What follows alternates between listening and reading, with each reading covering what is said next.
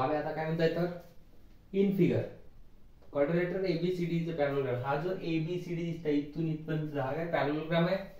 Point E is on the ray AB. आता E नावाचा जो पॉइंट आहे ह्या एबी नावाच्या रेवर आहे असं ते म्हणत आहे. त्यानंतर such that BE is equal to AB. BE बघा येथून एवढं अंतर आणि इथून एवढं अंतर हे बघा सारखे सारखे रेषा दिसतात कुठके हो हे दोन्ही काय सारखे आहेत. Then prove that line ED. आता ही जी लाईन ईडी आहे काय म्हणले बायसेक्ट सेगमेंट बीसी. ही जी बेसी आहे याला काय करताय BC at a point F. हा एफ नावाच्या पॉइंटवर याचे काय करताय दोन सारखे तुकडे करताय असं त्याचं म्हणणं आहे. हे तुम्हाला काय करायचं प्रूव्ह करून दाखवायचं आहे. आता बघा प्रूव्ह करताना जे दिलेलं आहे त्याच्यापासून पहिलं सुरुवात करायची. जे दिलेलं आहे त्याच्यापासून सुरुवात करतो म्हटलं बघा गिवन टू प्रूव्ह काय असते तुमचं तर तुम्हाला काय गिवन आहे हा जो ई काय आहे तुमचा रे ए बी सच दॅट बी हे तुमचं गिवन आहे. तुम्हाला प्रूफ काय करणे आहे हे बायसेक्ट केले की नाही ते करणे आहे. मग काय करू प्रूफ डायरेक्ट आपण प्रूफ लिहू. काय दिसते बघा प्रूफ लिहिताना काय म्हणायला ईडी. बघा आता याचा जर गोष्ट केली हा ए बी सी डी हा काय तुमचा पॅरलोग्राम आहे. मग एबीसीडी जर पॅरलोग्राम असेल तर हा ए बी कोणासोबत कॉन्ग्रुएंट असते सीडी सोबत. म्हणजे काय येते क्वाड्रिलॅटरल कोणता A B C D is a काय पॅरालेलोग्राम. जे दिलाय त्याच्यामधून सुरुवात तो पॅरलोग्राम होता. देअरफॉर काय असणार तुमचं segment A B congruent to segment कोणासोबत डीसी.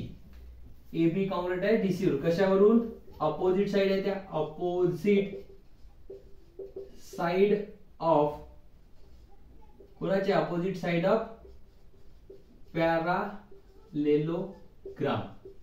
पॅरलोग्रामच्या अपोजिट साइड काय असतात कॉन्ग्रुएंट असतात. याला इक्वेशन नंबर 1 देऊन देऊ.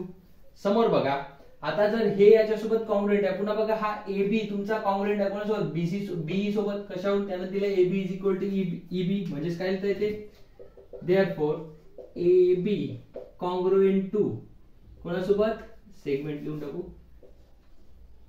Segment A B congruent to segment कोणासोबत आहे बघा A B congruent to segment A sorry BE. BE कशावरून त्यांनी दिलं होतं म्हणून गिवन. याला देऊ तुमचं इक्वेशन नंबर 2. ठीक आहे आता बघा इक्वेशन नंबर 1 आणि इक्वेशन नंबर 2 वरून काय दिसते ए बी काय झाले लेफ्ट हँड साइड इक्वल आहे राइट हँड साइड सुद्धा काय असणार इक्वल असणार. देअरफॉर काय लिहिता येते मग सेगमेंट कोणती डीसी कॉन्ग्रुएंट टू सेगमेंट कोणासोबत बीई कशावरून फ्रॉम 1 and 2. याला इक्वेशन नंबर 3 देऊ. बघा काय लिहिता येते आपल्याला तुम्हाला 1 आणि 2 वर आपण काय सांगू शकतो का हे जे दोन आहेत डीसी आणि बी काय इक्वल आहे कारण की लेफ्ट हँड साइड इक्वल आहे राइट हँड साइड सुद्धा काय असतात इक्वल असतात. हे झालं तुमचं. आता बघा हे वाला याच्यासोबत इक्वल झालं. आता जर आपण बघितलं पॅरलोग्राम म्हणल्यावर काय असते हे जे साइड असते याच्यासोबत काय असतात पॅरल असतात. काय लिहिता येते देअरफॉर तुमची साइड कोणती आहे ए बी साइड किंवा segment side A B parallel to side कोणासोबत असणार डीसी सोबत. डीसी सोबत पॅरल असते कारण की पॅरलोग्रामच्या अपोजिट साइड असतात एकमेकांना पॅरल असतात सोबतच. बघा देअरफॉर जर हे याच्यासोबत असेल तर आपण बघितलं डीसी इक्वल आहे कोणासोबत बी सोबत. आता जर डीसी तुमचा पॅरलल आहे या ए बी सोबत हा डीसी पॅरलल आहे तुमच्या काय असेल ए बी सोबत असेल कारण की हा जो ई पॉइंट आहे या सेगमेंटवर होता. म्हणजे काय ना देअरफॉर साइड कोणती डीसी पॅरलल टू साइड कोणत्या सोबत होणार ए ई कशावरून तुमचा ए बी आणि ई हे तिने काय एकाच रांगेत होते म्हणून झालं. आता बघा समोर आता जर समजा हा जर याच्यासोबत पॅरलल असेल तर आता हे आणि हे जर पॅरलल झाले हे ईडी नावाची जी लाईन आहे ही काय झाली त्याची ट्रान्सफर होणार. म्हणजेच काय झालं हे पॅरलल एक सोबत झाली अँड साइड कोणती साइड म्हणजे segment segment DE is a काय झाले ट्रान्सवर्सल ट्रान्सवर्सल. आता बघा आपण तुम्हाला शिकले असेल तुम्ही 8व्या वर्गात एक प्रॉपर्टी कोणती आता काय म्हणताय जेव्हा कधी दोन पॅरलल लाईनच्या मध्ये तुम्ही ट्रान्सवर्सल टाकता तिथे काय होते काय अँगल तयार होते करस्पॉन्डिंग अँगल ऍडजस्टंट अँगल होता तुमचे इंटेरियर अँगल होता अल्टरनेट अँगल तयार होतात. आता बघा जेव्हा तुम्ही ही लाईन याच्यात तुम्ही पास केली आहे तर इथं एक अँगल तयार झाला आणि एक अँगल इथं तयार झाला. आता बघा जर लाईनच्या आजूबाजूला अँगल बनसेल म्हणजेच काय तर असे जर बनसेल एक इकडून किंवा एक इकडून म्हणला असे जर अँगल बनसेल तर या अँगलला म्हणतात अल्टरनेट अँगल. कोणत्या अँगल बनायचे अल्टरनेट अँगल. आणि अल्टरनेट अँगल कसे असतात तुमचे कॉन्ग्रुएंट असतात. मग काय येणार देअरफॉर अँगल कोणता याच्यापर्यंत पकडू इकडला पुढे पहिलं AED angle AED congruent to angle कोणासोबत EDC किंवा CD अँगल CDE कशावरून अल्टरनेट अँगल कोणते होते अल्टरनेट अँगल होते. अल्टरनेट अँगल कसे असतात कॉन्ग्रुएंट असतात. आता बघा इथपर्यंत घेतलं आपण ह्या पूर्ण याचं जर शॉर्टकट घेतो म्हणलं तिथून असं ते BEF आणि एक CDF लिहिता येते म्हणजेच काय लिहिता येणार देअरफॉर अँगल जर आपण शॉर्टकट घेतला A पासून घेतला B पासून घेतो म्हणजे काय लिहिता येते अँगल BED घ्या किंवा BEF इज इक्वल टू इथे बघा यातून इकडेच घेतो म्हणलं तर BEF इथूनच इकडेच घेतो म्हणलं काय ते CDF हा सुद्धा काय झाला तुमचा कॉन्ग्रुएंट असते. अँगल CDF हा सुद्धा काय झाला एकामेकांसोबत कॉन्ग्रुएंट झालेले आहेत. कशावरून तेच तुमचे होते अल्टरनेट अँगल फक्त आपण काय घेतलं शॉर्टकट घेतलं. आता जर बघा याला जर इक्वेशन नंबर दिलं किती होतं 3 14 देऊन देऊ. इक्वेशन नंबर किती दिला 4. आता याच्यात जर बघतो म्हणलं काय लिहिता येते बघा दोन ट्रायंगलचा विचार केला इन ट्रायंगल ह्यावाल्या दोनचा विचार करू BEF अँड ट्रायंगल कोणता CDF बघा ह्या अँगलचा ह्या ट्रायंगलचा तुम्हाला काढून दाखवतो हे लाल करतो बघा हे वाला एक हा एक ट्रायंगल आणि हा वाला एक ट्रायंगल काळा करून घेतो एकाला. हा जो दिसतोय तुमचा CDF नावाचा. जर आपण ह्या दोन ट्रायंगलचा विचार केला बघा काय दिसतंय तर आता या अँगल आणि हा अँगल तर आपण इक्वल दाखवलाच सोबतच. आता हे जे हे होती तुमची DC आपण या B सोबत इक्वल दाखवली होती बघून घ्या नसेल दाखवता येईल DC is equal to B बघून घ्या दिसतायत दोन झाले.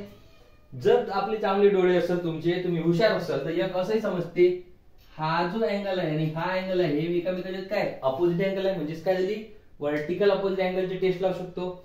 मग या जर आपण टेस्ट लावली एक साइड झाली दोन अँगल जर आपण कॉन्ग्रुएंट दाखवतात कोणते ना मग साइड अँगल टेस्टने आपण याला काय दाखवू शकतो कॉन्ग्रुएंट दाखवू शकतो. मग हे जर दोन ट्रायंगल आपण कॉन्ग्रुएंट दाखवले तर उरलेले जे तुमच्या बाजू आहे त्याला तुम्ही फ्री असू शकता की त्या तुम्ही प्रपोर्शन मध्ये दाखवता येतात किंवा त्या इक्वल दाखवता येतात. आता बघा मग काय येणार तर काय म्हणता येणार या ट्रायंगल मध्ये काय दिसते हे तुमची सेगमेंट आहे कोणती DC segment DC congruent to segment कोणासोबत घेतली होती बघा DC कॉन्ग्रुएंट कोणाला BE दाखवली होती BE कशावरून फ्रॉम कारण आपल्याकडे तयारच ठेवायचे बघा कारण त्याला आपण समोरच आहोत किती याच्यावरून तिसऱ्या याच्यावर म्हणजे काय ना from 3.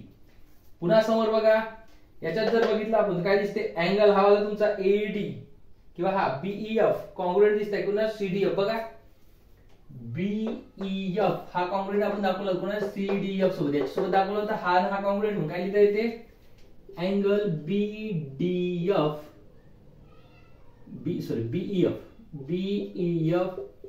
Congruent to angle CDF कशावरून तुमचं कशावरून ते चौथ्यावरून होतं बघा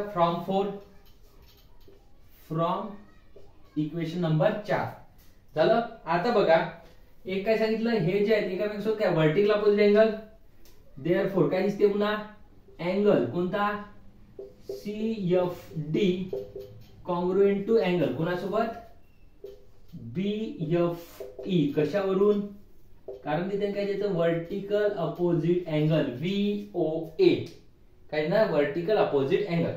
आता बघा याच्यावरून काय दिसतात या 2 3 वरून एक साइड आणि दोन अँगल तर देअरफॉर काय लिहिता येते ट्रायंगल कोणता BEF angle BEF congruent to किंवा सिमिलर टू ट्रायंगल काय होणार तुमचे जे दोन ट्रायंगल ते काय असतात सिमिलर दाखवत येतात किंवा कॉन्ग्रुएंट दाखवत येतात.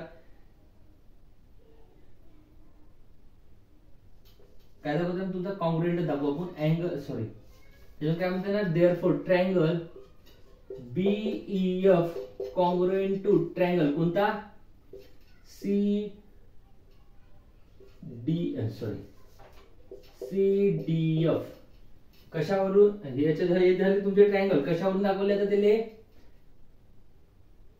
साइड अँगल टेस्ट कशा दाखवली, साइड अँगल टेस्ट ऑफ कॉन्ग्रुएन्सी वरून दाखवले. मग आता जर हे झाले असेल तर बघा आता हे साइड आपण यासोबत कॉन्ग्रुएंट दाखवली, आता उरली कोणती, हे साइड उरली. मग ह्या साइडला आपण दाखवू शकतो कोणती, देअरफोर साइड कोणती, साइड म्हणा किंवा सेगमेंट म्हणू, सेगमेंट कोणती होणार, एफ पासून सी पर्यंत, F C congruent to segment F B. मग जर समजा हे दोन सेगमेंट जर काय असेल एकामेकांना कॉन्ग्रुएंट असेल, इथं कुठतरी एक पॉइंट होता तुमचा एफ न, एफ जो पॉइंट होतो काय तुमचा मिड पॉइंट असेल. मग काय लिहिते, देअरफोर काय लिहिते ना, सेगमेंट डीई काय बघा तुमची सेगमेंट डी किंवा line ED bisect segment A B at point F. कशावर लिहिता येते, हे जर असं असेल तर काय लिहिता येईल, याला कारण घेऊ शकता. पहिले तुम्ही CSCT corresponding sides of congruent triangle. त्याच्यानंतर काय लिहिते, देअरफोर तुमची जे लाईन होती, लाईन कोणती ईडी होती, लाईन ईडी काय लिहिता येणार, बायसेक्ट बीसी ऍट पॉइंट कोणत्या एफ मध्ये काय केली, बायसेक्ट केली. अशा प्रकारे आपण त्याला काय करू शकतो, प्रूव्ह करू शकतो. थोडस इथं काय झालं, घोटाळ झालं, बरोबर लिहायचं. ठीक आहे, याचा स्क्रीनशॉट घेऊन घ्या. आणि जर व्हिडिओ आवडला असेल किंवा तुम्हाला याच्यात जर पुन्हा काही रिलेटेड व्हिडिओ असेल तर तुम्ही काय करा, मी तुम्हाला नक्की शेअर करणार. तुम्ही याच्यावर काय करा, कमेंट्स करा आणि सांगा हा व्हिडिओ कसा बनलाय ते. एकदा स्क्रीनशॉट घेऊन घ्या, बरोबर अभ्यास करत राहा.